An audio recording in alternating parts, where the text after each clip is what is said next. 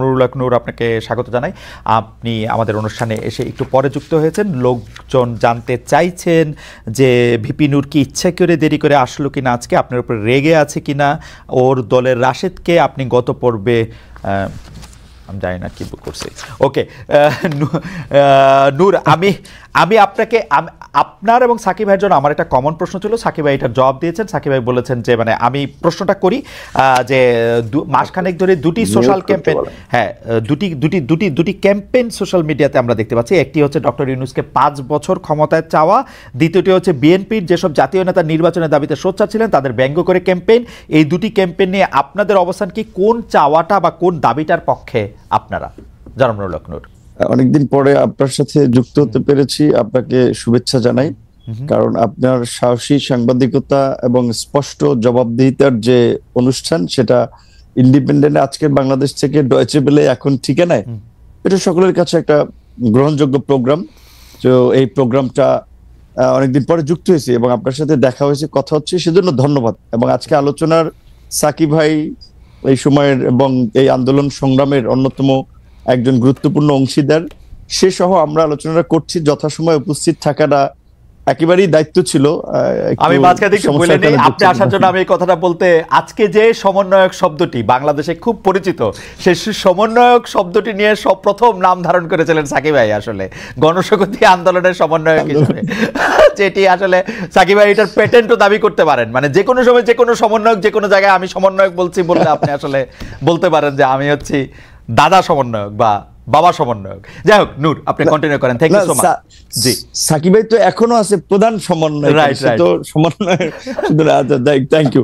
আপনার যে প্রশ্নটা করেছিলেন যে ডক্টর ইউনূসকে 5 বছর নির্বাচিত সরকারে পাওয়ার একটা আকাঙ্ক্ষা আমাদের এই আন্দোলনের, বিশেষ করে ছাত্র আন্দোলনের একজন পরিচিত ছাত্র নেতা তিনি ফেসবুকে স্ট্যাটাস দিয়েছিলেন, যেটা কি মূলত অনেকে ভেবেছে যেহেতু তার সোশ্যাল মিডিয়াতে একটা বড় ফ্যান ফলোয়ার্স আন্দোলন কেন্দ্রিক আছে, অনেকে সেটা কপি করেছে, প্রচার করছে, ভাবছে যে যেহেতু তারা এই আন্দোলনের একটা পরিচিত মুখ বা পরিচিত নেতা, কাজে এটা হয়তো তাদের দৃষ্টিভঙ্গি। এবং যেহেতু তাদের মধ্যে আবার সরকারেও তাদের দুজন এখনো প্রতিনিধি আছে, 3 জন ছিল, একজন পদত্যাগ করে দল গঠন করেছে, অনেকে ভেবেছে তাহলে এটা বোধহয় এই সরকার ছাত্র নেতা তাদের একটা মনোভাব। তো কাজে এইটাকে পাবলিকলি এন্ডোর্স করা বা এটার পক্ষে জনমত গঠন করা, এইরকম ভাবেও কেউ কেউ ক্যাম্পেইনটা করতে পারে। তবে এটার সরকারের পক্ষ থেকেও জানানো হয়েছে যে এই ধরনের চিন্তা ভাবনা তাদের নাই।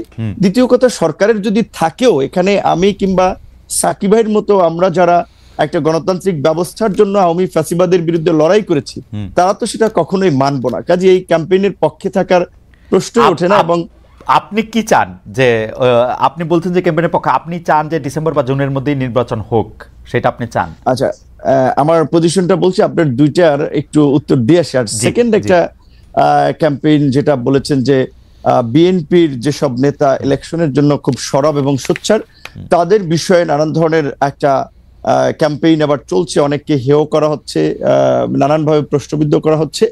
এটা কিছু লোক এগুলো ছড়াচ্ছে, কেউ কেউ রাজনৈতিক ইন্টেনশন থেকে, কেউ কেউ তাদের নিজেদের একটা ফায়দা নেওয়ার জন্য। ধরেন যখন একটা অনির্বাচিত সরকার থাকে তখন কিন্তু কিছু লোকেদের কদর বাড়ে, কিছু লোক সুযোগ সুবিধা নিতে পারে। কাজেই সেই কমিউনিটির লোকজন কিংবা সেই গ্রুপটা তো চাবে যে এই ধরনের একটা সরকারকে জগা খিচুড়ি কিংবা এ ধরনের একটা মানে জনপ্রতিনিধিবিহীন ইলেকশনবিহীন যদি সরকার রাখা যায়, তাহলে তো সেখান থেকে তারা ফায়দাটা নিতে পারছে। তারা ব্যবসা বাণিজ্য, কেউ কেউ দল গঠন করতে চাইলে বা দল করতে চাইলে সেখানে তারা সময়টাকে কাজে লাগাতে পারছে। এই ধরনের পক্ষে থাকা একটা শ্রেণীর একটা অংশের লোকজনের অস্বাভাবিক নয়। আবার ধরেন ইউনূসের মতো একজন ব্যক্তি যার এরকম একটা গ্রহণযোগ্যতা, এবং আপনি লক্ষ্য করেছেন যে ডক্টর ইউনূসকে যখন আওয়ামী লীগের আমলে হ্যারাস করা হচ্ছে, মামলা দিয়ে অপমান করা হচ্ছে, সেগুলোর বিরুদ্ধে বলতে গেলে একমাত্র অফিসিয়ালি আমি এবং আমাদের দল থেকে আমরা রাজপথে মশাল মিছিল থেকে প্রতিবাদও করেছি, তার পক্ষে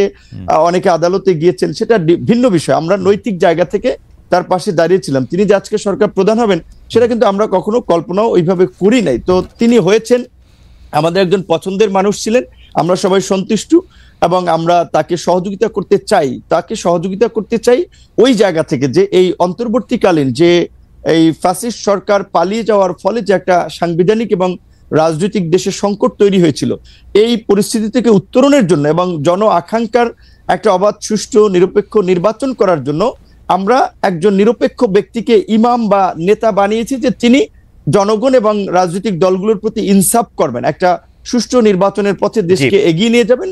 এবং আমাদের যে প্রত্যাশা, যে রাষ্ট্রের কিছু মৌলিক সংস্কার, যেটা গত 16 বছরে আওয়ামী লীগ রাষ্ট্রের চরিত্রটাকে নষ্ট করে একটা ফ্যাসিবাদী রাষ্ট্রে পরিণত করেছে, সেই সংস্কারের জন্য আমরা বলেছি যতটুকু সময়ের প্রয়োজন সেই সময়টুকু সকল রাজনৈতিক দল, আমরা যারা গণতন্ত্রের জন্য লড়াই সংগ্রাম করেছি, ফ্যাসিবাদের আমলে লড়াই সংগ্রাম করেছি, তারা দিতে চাই।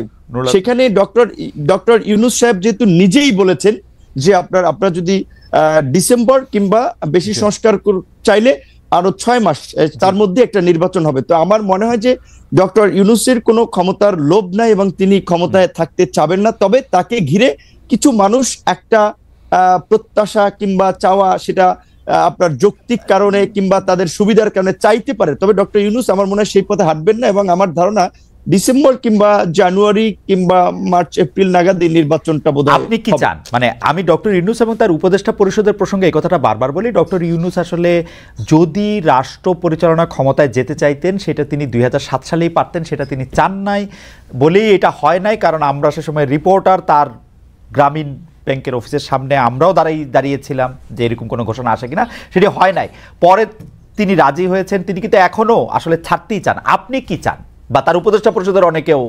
রাইট, এইখানেই আমি একটা কথা বলা দরকার আপনার এই প্রোগ্রামের মাধ্যমে অডিয়েন্সদেরকেও। দেখেন, এখন ডক্টর মোহাম্মদ ইউনূস চাচ্ছেন না, আমরা যতদূর ওটাও জানি, স্বাভাবিকভাবে তিনি একেবারেই ইলেকশন দিয়ে এই বিতর্কের মধ্যে ঢুকবেন না, এবং একটা রাজনৈতিক উত্তরণের জন্য তিনি দ্রুত ইলেকশন দিতে চান।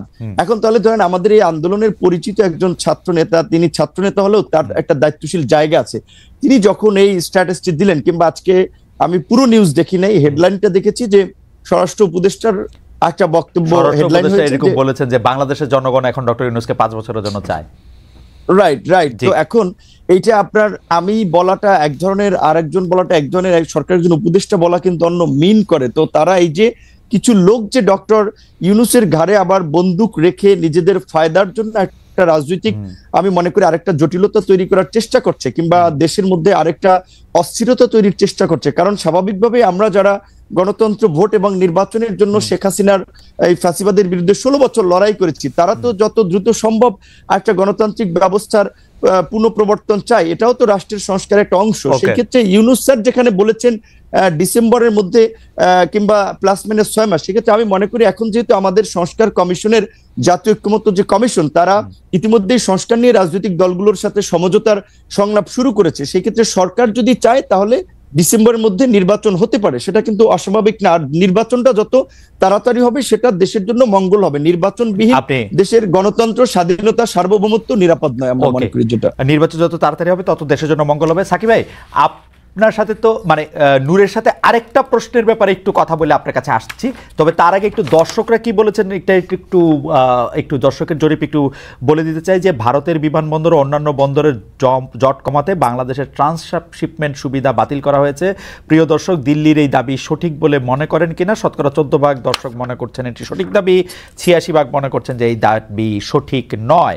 আচ্ছা, আমি একটু জনাব নুরুল হক নূরের কাছে একটু ফিরি। জনাব নুরুল হক নূর কিন্তু স্পষ্ট বললেন যে তিনি যত দ্রুত নির্বাচন হবে তত মঙ্গল, কিন্তু সাকিব ভাই এত স্পষ্ট করে কিছু এত স্পষ্ট করে বলেছেন কিনা কিছুটা, নূর আপনি জানেন সাকিব ভাইয়ের কথা কিছুটা মাথার উপর দিয়ে গিয়েছে আমাদের, যে এটা আসলে ঠিক উনি কি চেয়েছেন উনি নিশ্চয়ই পরবর্তী সময়ে বা যখন সময় আসবে তখন তিনি এটি আরও একটু পরিষ্কার করে আমাদের জন্য বলবেন। কিন্তু আপনার ব্যাপারে জনাব নূর দর্শকরা মন্তব্য করছেন যে আপনি এখন সকালে একরকম বক্তব্য দেন তো বিকালে বিপরীত বক্তব্য দেন, এ নিয়ে কি বলবেন? গত কয়েক মাসে আপনাকে সোশ্যাল মিডিয়ায় যে এই আলোচনা আছে এটি আপনি লক্ষ্য করছেন কিনা? আমি উদাহরণ দেই কোন কোন বিষয়ে বলা হয়েছে। আপনি কখনো অন্তর্বর্তী সরকারের প্রশংসা করেন, কখনো সমালোচনা করেন, কখনো বিএনপিকে জোটবন্ধু বলেন, কখনো তাদের চাঁদাবাজির সমালোচনা করেন, কখনো নাহিদদের প্রশংসায় ভাসান, আবার কখনো ওদের সরাসরিভাবে সরকারি পদ ছাড়তে বলেন, বিভিন্ন অন্যায় অত্যাচারের কথা মনে করিয়ে দেন। আমি মনে করি এর সবই ঠিক আছে। আপনি কি মনে করেন যে আপনি কি আসলে সকালে এক কথা বলছেন বিকালে এক কথা বলছেন? এইটার ইন্টারপ্রিটেশন কি এরকম হইতে পারে যে আপনি কারো না কারোর সাথে কোনো না কোনোভাবে কোনো না কোনো নেগোসিয়েশনের মধ্যে আছেন? জনাব নুরুল হক নূর। রাইট, এখানে একটা কথা পরিষ্কার যে দেখেন, আমি কিংবা আমাদের দল গণ অধিকার পরিষদ আমরা রাজনীতিতে কিভাবে এসেছি এটা আপনি সহ ইনক্লুডিং পুরো দর্শক জানে। এখানে একটা বাস্তবতা হচ্ছে, যখন রাজনৈতিক দলগুলো রাজনীতির পরিস্থিতি কোণঠাসা কিংবা আওয়ামী লীগের অত্যাচার নির্যাতনে অনেকে তো হাল ছেড়িয়ে দিয়েছিল যে শেখ হাসিনার জীবদ্দশা আর সরকার পরিবর্তন হবে না, সেই সময় কিন্তু আমরা ঝুঁকি নিয়ে আন্দোলন সংগ্রাম করে আজকের এই কোটা সংস্কার আন্দোলন, যে আন্দোলনকে কেন্দ্র করে গণ অভ্যুত্থান, সেই আন্দোলন কিন্তু আমরা শুরুর দিকে করেছিলাম এবং এই আন্দোলনে আমরা পাইওনিয়ার। আমরা কোনো সুযোগ সুবিধা কিংবা প্রলোভনে এই পর্যন্ত পড়েছি বা বিক্রি হয়েছি এটা কেউ বলতে পারবে না। এখন একটা বিষয় হচ্ছে কি, ধরেন এই শেখ হাসিনা এই পরিস্থিতির পূর্বে স্বাভাবিকভাবেই বিএনপি জামাত থেকে শুরু করে অপোজিশন সবাই আমাদেরকে ফাইন্যান্স করেছে, সাপোর্ট দিয়েছে, সহযোগিতা করেছে। কারণ একটা রাজনৈতিক স্বার্থের জায়গাও যদি বলেন কিংবা বাস্তবতা বলেন, সেই জায়গা থেকে যে এখন ছাত্র একটা আন্দোলন গড়ে তুলতে পারে ডাকসু থেকে বা ডাকসুর নেতৃবৃন্দ, ছাত্র নেতৃবৃন্দ, সেই জায়গা থেকে আমরা সমর্থন পেয়েছি। 5ই অগস্টের পরে যখন আবার একটা রাজনৈতিক নতুন ছাত্রদের একটা উত্থান হয়েছে কিংবা রাজনৈতিক দলগুলো আগে যারা কোণঠাসা ছিল, প্রকাশ্যে সভা সমাবেশ মিছিল মিটিং করতে পারতো না, এখন সবাই যেটা একটা ওপেন ফিল্ড পেয়েছে, কাজে রাজনৈতিক প্রতিযোগিতার জায়গা থেকে এখন সেই সময় যারা সহযোগিতা করছে তাদের অনেকেই কিন্তু এখন আবার ভিপি নূরদেরকে একটা মাথা ব্যথার কারণ মনে করে, যে কারণে অনেকে একটা ড্যামেজ করতে চায়, ক্যারেক্টার অ্যাসাসিনেশন করতে চায়। আগে যেটা আওয়ামী লীগ করেছে যে কে বিকাশ এইটা ওইটা নানান ভাবে, এবং আপনি দেখেছেন কি হাস্যনষ্ট করেছে গত 7টি বছর। এখন অনেক কিছু বলেছে, কিন্তু একটা ঘটনারও কিন্তু প্রমাণ করতে পারে। এখন আমি পরিষ্কারভাবেই যেটা বলি, শুরুর দিকে আমি বলেছিলাম, সেটা আপনার শুধুমাত্র কোনো পাবলিক আলোচনা না, একেবারে জাতীয় ঐক্যমত্যের কমিশনের সাকিব ভাই তো সাক্ষী, সাকিব ভাই তো ছিল যখন সর্বশেষও যে জাতীয় সংলাপ হয়েছে, যেখানে সমস্ত রাজনৈতিক দলের নেতৃবৃন্দ ছিলেন, জাতীয় ঐক্যমত্য কমিশনের সদস্যরা ছিলেন, তাদের পরিচিতি পর্বে সেখানে আমি বলেছিলাম যে আমরা মনে করি যে বর্তমান যে অন্তর্বর্তীকালীন সরকার, এইখানে উপদেষ্টাদের সক্ষমতার ঘাটতি আছে, দক্ষতা অভিজ্ঞতার ঘাটতি আছে। যেখানে একজন উপদেষ্টার নাই একটা মিনিস্ট্রি চালানের অভিজ্ঞতার, তারে দিয়ে রাখছেন 3টা, সরকারটা চলবে কিভাবে? কাজী যদি আপনারা প্রকৃত অর্থে দেশের ভালো কিছু করতে চান, আপনারা এই উপদেষ্টা পরিষদকে জাতীয় সরকার, পলিটিক্যাল পার্টিগুলো এবং আন্দোলনের অংশীজনদের সাথে আলোচনা করে 2 বছরের জন্য এটাকে জাতীয় সরকারের রূপ দেন এবং এটাকে তারপরে আপনারা সংস্কারগুলো বাস্তবায়ন করেন। যেহেতু জাতীয় সরকারের পজিশনে আমি 2 বছরের সময়ের ক্ষেত্রে কিন্তু আমি একমত বলেছি, এবং এটা আওয়ামী লীগের আমলে আমি বলেছিলাম যে 2 বছরের জন্য জাতীয় সরকার। যেহেতু জাতীয় সরকার হয়নি, এখন একটা সরকার হচ্ছে নির্দিষ্ট আপনার বলা চলে বলয়ের লোকজনের, এবং সেখানে এই যে ছাত্ররা এনসিপি একটা দল গঠন করেছে, আবার এনসিপির 2 জন উপদেষ্টা আছে, তো এনসিপি সরকারের থেকে দল বানাবে, সরকারি সুবিধা নিয়ে দল বানাবে, এটা কি কোনো দল মানবে? যেই কারণে কিন্তু আমরা বলেছি শুরুর দিকে সরকারের যে গ্রহণযোগ্যতাটা ছিল বা রাজনৈতিক দলগুলোর যে সমর্থনটা ছিল, এখন কিন্তু সরকারের কিছু কর্মকাণ্ড উপদেষ্টাদের বক্তব্যে এখন সেই সমর্থনটা তারা হারাচ্ছে। সেই জায়গা থেকে আমি বলেছি যে শুরুর দিকে আমরা 2 বছর জাতীয় সরকার, এবং গতকালকে আমাদের সংস্কার কমিশনের যে প্রস্তাবনা, সেখানেও আমরা বলেছি যে সরকার যদি আপনার এই সংস্কারগুলো বাস্তবায়ন করতে চায়, তবে অবশ্যই এই সরকারকে জাতীয় সরকারে রূপান্তর করে অধ্যাদেশের মাধ্যমে এই সংস্কারগুলো বাস্তবায়ন করবে রাজনৈতিক ঐক্যমত্যের ভিত্তিতে, অন্যথায় তারা পারবে না। কিন্তু সেই জায়গা থেকে আমি এইটুকু বলবো যে যারা এখন সত্যিকার অর্থেই যারা এই এনসিপি কে কেন্দ্র করে কিছু নতুন সুবিধাভোগী লোক তৈরি হয়েছে, যারা আগে কোনোদিন মিছিল মিটিং এ দেখিনি, রাজপথে দেখিনি, এখন তারা সমন্বয়ক, বড় বড় নেতা, এখন তারা মনে করছে যে আমরা যারা নির্বাচনের কথা বলছি তাদের খাবার তো বন্ধ হয়ে যাবে। যেই কারণে অনেকে ইন্টেনশনালি সোশ্যাল মিডিয়ায় এই ক্যাম্পেইনটা করছে যে বিপিন নূর সকালে এক কথা বলে বিকেল এক কথা বলে। ঠিক আছে, আপনার বক্তব্য পরিষ্কার। সোশ্যাল মিডিয়াতে একেবারেই আপনার বক্তব্য, এটা অনেকের উদ্দেশ্যপ্রণোদিতভাবে ক্যাম্পেইন, রাজনৈতিকভাবে ড্যামেজ করার জন্য, চরিত্র হনন করার জন্য। এইটুকু আমরা বলতে পারি। খালেদ ভাই, আপনাকে আওয়ামী লীগের আমল আমার মনে আছে মির্জা ফখরুল ইসলাম আলমগীর সাহেব আপনার একটা প্রোগ্রামে এসে বলছিল যে আপনার এই প্রোগ্রামটাতে তারও ভালো লাগে। এখন দেখেন আপনাকে কিন্তু অনেকে গালি দিচ্ছে, আবার আওয়ামী লীগের দালাল কাছিবাদের দোষর বলে। অথচ আপনি যখন আওয়ামী লীগের আমলে ছাত্রলীগ কিংবা অনেককে এসে করা প্রশ্ন করেছেন, তখন আমরা তালি দিয়েছি, এখন আবার আমরা গালি দিচ্ছি। এই যে আমাদের যে একটা স্বভাব, এই যে একটু বলি খালেদ ভাই, এই যে আমাদের যে মানে বলবো যে সস্তা একটা যে স্বভাব, আমার পক্ষে গেলে তালি, বিপক্ষে গেলে গালি, এইখান থেকে যদি আমরা জাতিকে বের করে নিয়ে আসতে না পারি, আমাদের সোসাইটিকে যদি সচেতন না করতে পারি, তাহলে কিন্তু আমরা যে নতুন বাংলাদেশ বিনির্মাণের কথা বলছি, রাষ্ট্র সংস্কারের কথা বলছি, এগুলো কিন্তু টেকসই হবে না। আমাদের মানসিকতার পরিবর্তন। আমার মনে হয় যে এই ব্যাপারে কোনো সন্দেহ নাই। তবুও সোশ্যাল মিডিয়াতে যেহেতু আমার বিরুদ্ধে একটা সোশ্যাল মিডিয়াতে কথা আছে, যদিও এই প্রশ্ন আপনাকে অনেকবার করেছি, তারপরেও এই প্রশ্ন আপনাকে আরেকবার করছি, এটা যদি আপনি হ্যাঁ বা না বাইনারিতে জবাব দেন তাহলে এটার সুবিধা। আপনি কি আসলেই মোসাদের টাকা পেয়েছেন জনাব নূর?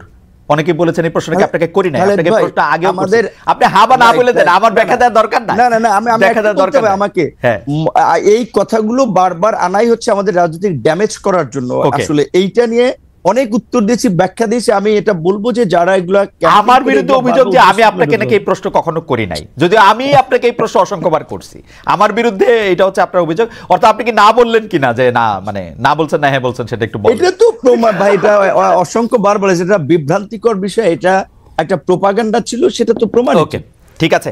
আমার কাছে আমি একটু জনাব জোনায়েদ সাকির কাছে যাই। জনাব জোনায়েদ সাকি, একটা জিনিস হলো যে অনেকের আশঙ্কা থাকলেও দেখেন বাংলাদেশের রাজনীতিতে যারা সক্রিয় রাজনীতিবিদ আছেন, আমি জোনায়েদ সাকি ভাইকে আমার মানে আমি আমি আমি ওনার সবচেয়ে ঘনিষ্ঠ বলে বিভিন্ন জায়গায় দাবি করি, অনেক জায়গায় এক লাইন উপরে গিয়া বন্ধুও বলি, যদিও সাকিব ভাই আমার থেকে অল্প একটু বড়।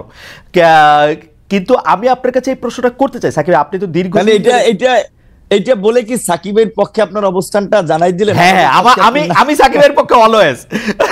কিন্তু আমি প্রশ্নটা করতে চাই যে আপনি তো আসলে রাজনীতিকে বিশ্লেষণও করেন, তো সেই ক্ষেত্রে 5 আগস্টের পরে যে একটা জরুরি অবস্থা জারি হয় নাই, সেনাবাহিনী যে আসলে একটা কি ক্ষমতার মধ্যে এটা বসে নাই, এটার একটা সিগনিফিকেন্স ছিল, যেটা আপনার সঙ্গে আমার সঙ্গে অনেকবার আলোচনা হয়েছে। কিন্তু অন্তর্বর্তীকালীন সরকার গঠন থেকে দেশ পরিচালনায় সেনাপ্রধান সেনাবাহিনী প্রত্যক্ষভাবে জড়িত। এমনকি আমরা জনাব হাসনাত আব্দুল্লাহর কথা কিন্তু আইএসপিআর এর বক্তব্য দিয়ে অস্বীকার করা হয় নাই, বলা হয়েছে যে একটা অন্য পরিস্থিতিতে এই কথাটা বলা হয়েছে। কিন্তু এই যে প্রকাশ্যে অপ্রকাশ্যে মিটিং করা, নির্বাচন নিয়ে মন্তব্য করা, কে থাকবে না থাকবে এটা বলা, এইটা এই ক্যান্টনমেন্টের এই সক্রিয়তা আপনি কিভাবে দেখেন সাকিব ভাই? আমাদের অনেকগুলি প্রশ্ন আছে, আপনি যদি একটু ছোট করে বলেন, আমি একটু নূরকেও জানতে চাইবো যে আসলে ক্যান্টনমেন্টের এই সক্রিয়তা বাংলাদেশের রাজনীতির জন্য বা আপনি কিভাবে দেখেন সাকিব ভাই? আচ্ছা, আপনার আগের বিষয়ে যেটা আপনি বললেন মাথার উপর দিয়ে গেছে, সে বিষয়ে কিছু কথা বলতে চাই, তবে এই প্রশ্নটাকে আমি দ্রুত উত্তর দিই। জি, দেখুন, আমরা তো গণতান্ত্রিক রাজনীতি চাই এবং সেইখানে সেনাবাহিনীর রাজনীতিতে হস্তক্ষেপের কোনো সুযোগ নেই। সেনাবাহিনী দেশ রক্ষার কাজ করবে, তার পেশাদার সেনাবাহিনী হিসেবে গড়ে উঠবে, তার মর্যাদা, সেই প্রতিষ্ঠানকে গড়ে তোলা আমাদের কর্তব্য। এখন এই যে 5ই আগস্টের আগে সেনাবাহিনীর যে ভূমিকাটা, সেটা একটা পর্যায়ে এসে অনেকটা খুবই গুরুত্বপূর্ণ জায়গায় চলে এসেছিল। সেনাবাহিনী জনগণের উপর গুলি চালাবে নাকি সেনাবাহিনী আসলে এই জনগণকে মানে জনগণের সাথে একটা মুখোমুখি হবে না, সেই জায়গাটাতে সেনাবাহিনী সিদ্ধান্ত নিয়েছে যে তারা জনগণের মুখোমুখি হবে না এবং তারা জনগণের উপর গুলি চালাবে না। সেটা আমরা সেনাপ্রধানের মিটিং এর মধ্য দিয়ে সেনাবাহিনীর সাথে মিটিং এর পরে তার বক্তব্য শুনেছি। এবং একদিক থেকে বলা চলে যে এই অভ্যুত্থানের জনগণের যে উত্থানটা ঘটেছে তার সাথে সেনাবাহিনীও একভাবে কি বলতে পারেন যে তার সাথে যুক্ত হয়ে পড়েছে অথবা তার সমর্থনে এসে দাঁড়িয়েছে। এবং এইখানে আমরা যখন অন্তর্বর্তী সরকার গঠিত হয়েছে সেই ক্ষেত্রেও তাদের একটা মানে এই অন্তর্বর্তী সরকারের কে সমর্থন করা, তাকে সফল করে তোলার জন্যই তারা তাদের ঘোষণাটা দিয়েছে। তো এই ক্ষেত্রে যেটা হয় যে সেনাপ্রধানের সাথে যদি কেউ গিয়ে কোনো আলোচনা করতে চায়, আলোচনা করে, তাহলে তো সেটা মানে এখন তাদের দায়িত্বের ব্যাপার। তো সেই দিক থেকে তিনিও একটা প্রতিষ্ঠান চালান। এক হচ্ছে তিনি বলতে পারেন যে আমি কারোর সাথে আলোচনা করব না, আরেকটা হচ্ছে যে তার সাথে কেউ আলোচনা করতে গেলে তিনি তার মতামত দিতে পারেন।